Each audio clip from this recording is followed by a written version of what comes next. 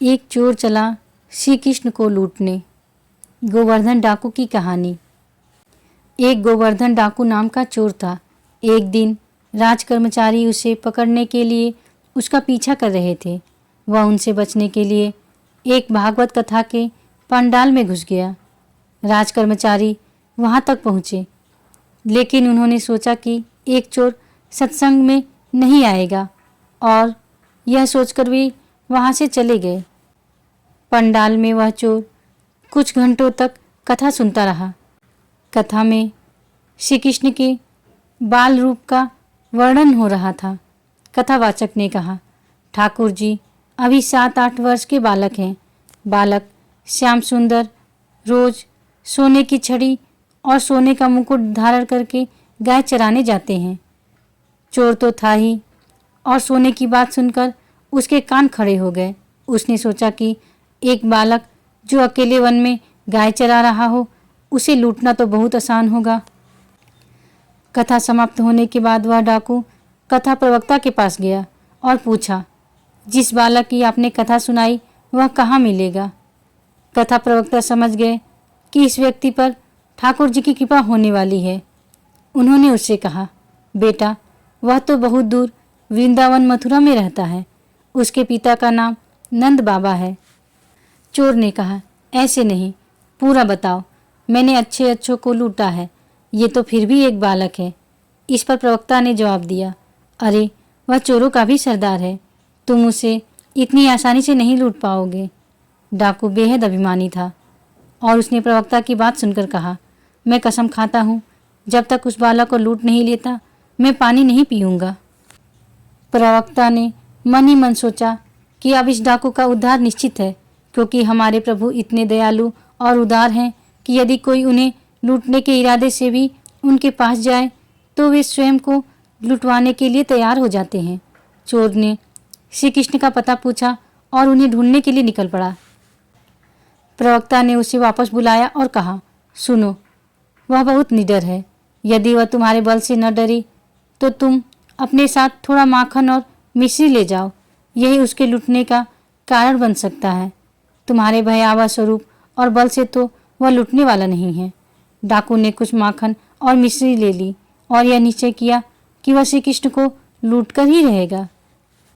वह डाकू पूरे रास्ते पैदल चलता हुआ श्री कृष्ण के पते की ओर बढ़ा। डाकू अपने नियमों का बहुत पक्का था। उसने पूरे रास्ते पानी तक नहीं पिया। आखिरकार वह वृंदावन के पास पहुंचा। वहां उसने कुछ चरवाहों को देखा जो अपनी गाय चरा रहे थे। उसने उनसे श्री कृष्ण के बारे में पूछा। उसने कहा, श्याम सुंदर नाम का वह बालक कहाँ है जो सोने की छड़ी लेकर, सोने का मुकुट पहनकर और सोने की करदनी बांधकर गाय चराने आता है? चरवाहों ने उत्तर दिया, वह तो पहले के युग की बात है, जब भगवान ने गोपाल रूप में अवतार लिया था। यह सुनकर डाकू ने कहा, नहीं नहीं, यह तो एकदम ताज़ा खबर है। मैंने कुछ दिन पहले ही इसके बारे में सुना और तभी यहाँ आया हूँ। तुम मुझे भटकाओ मत, मैं स्वयं ही श्याम सुंदर को ढूंढ लूँगा। वह बेचारा भूखा प्यासा कई दिनों से पैदल चलकर आया था। जिस किसी से भी पूछता वे कहते कि यह तो बहुत पुराने समय की कहानियाँ मात्र हैं। उन सब की बातें सुनकर वह निराश होने लगा और अपने भीतर ही भीतर श्याम सुंदर को पुकारने लगा। अब वृंदावन में कोई श्री श्याम सुंदर को पुकारे और वे प्रकट न हो, ऐसा भला कैसे हो सकता है? अचानक उसके सामने का दृश्य बदल गया। उसने देखा कि बहुत सी सुंदर गायें और ग्वाल बालक उसके सामने आ गए। उन सब के बीच वही श्याम सलोना बालक था जिसके बारे में सोचते सोचते वह वहां तक पहुंचा था।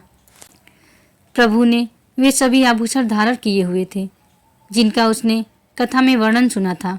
प्रभु ने देखा कि एक अलबेला भक्त उनकी ओर आ रहा है, तो उन्होंने सभी सखाओं को कहीं और जाने के लिए कह दिया। जब वह डाकू नज़दीक पहुंचा तो उसने प्रभु से कहा, अपने सारे आभूषण उतार कर मुझे दे दो। ठाकुर जी मुस्कुराकर बोले, ये आभूषण मेरे हैं, मैं तुम्हें क्यों दूं? डाकू ने गर्व से कहा, मेरा नाम सुनते ही अच्छे अच्छे लोग कांपने लगते हैं। जानता है तू मैं कौन हूँ? प्रभु ने भोलेपन से उत्तर दिया, मैं नहीं जानता तुझे, तेरा नाम क्या है? डाकू ने गर्व से कहा, मेरा नाम गोवर्धन डाकू है। प्रभु मुस्कुराए और बोले, तेरा तो बस नाम गोवर्धन है, पर मैं तो गोवर्धनधारी हूँ।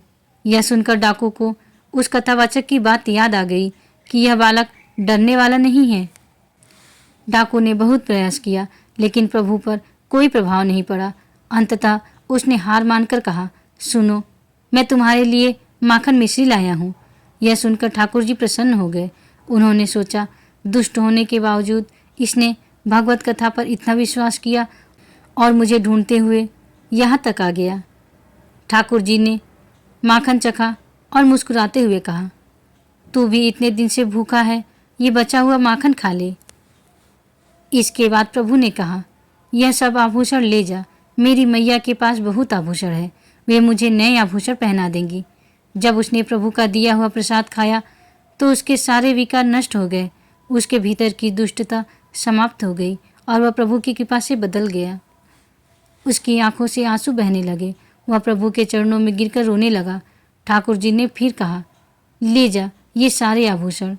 लेकिन उसने हाथ जोड़कर कहा, प्रभु, मैं आपको छोड़कर यह आभूषण कैसे ले सकता हूँ।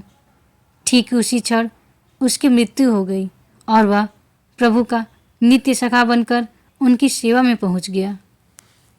दोस्तों, उस चोर ने तो सिर्फ एक संत की बात सुनी कि एक कन्हैया नाम का बालक है जो गाय चरा रहा है, और वह उसे ढूंढने चल पड़ा। उसने प्रण लिया कि जब तक वह भगवान नहीं मिलेंगे वह पानी तक नहीं पिएगा। और दूसरी तरफ हम हैं, हमारा जीवन धीरे धीरे व्यतीत हो रहा है, लेकिन हम अपने समय और ऊर्जा को भोग विलास में व्यर्थ कर रहे हैं। जब हम केवल प्रभु को पाने की सच्ची इच्छा रखेंगे तब भगवान हमें तुरंत मिल जाएंगे। हम लोग ज्ञान सुनते बहुत हैं, समझदार बहुत हैं, हमें पता है कि क्या नहीं करना चाहिए, लेकिन भजन ना होने के कारण हम उसको अपने जीवन में उतार नहीं पाते। नाम जप शुरू करते ही अभी बात बन जाएगी। आज एक निश्चय किया कि मुझे इस मार्ग में चलना है, पाप नहीं करेंगे, किसी को दुख नहीं देंगे, किसी का हित नहीं करेंगे, तो हमारा मंगल शुरू हो जाएगा। राधे राधे।